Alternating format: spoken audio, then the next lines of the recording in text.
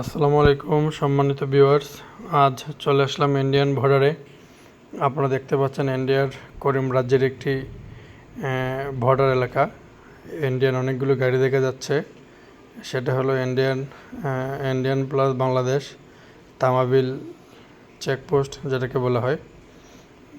এই গাড়িগুলিতে করে ইন্ডিয়া থেকে পাথর আনা হয়, যে পাথরগুলি আমাদের দেশে খুবই বিখ্যাত। এটা হচ্ছে তাদের গেট। এখানে বিজিবি প্লাস বিএসএফের ভাইয়েরা তাদের রাষ্ট্রীয় ডিউটি করেন। এগুলো হচ্ছে ইন্ডিয়ান গাড়ি, আর আমি বাংলাদেশ থেকে ভিডিও করছি।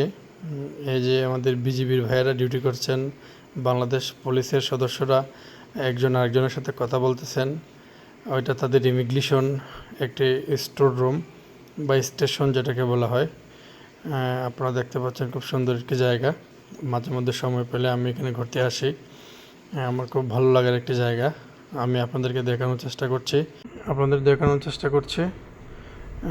এই যে আমাদের বাংলাদেশ পুলিশের সদস্যরা এখানে ডিউটি করছেন, যেটাকে ইমিগ্রেশন বলা হয়, পুলিশ চেকপোস্ট বলা হয়।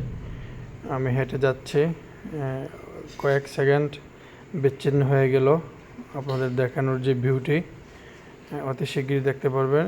এই যে বাংলাদেশ পুলিশের অসংখ্য গাড়ি, অনেক রাজকীয় গাড়ি। আমাদের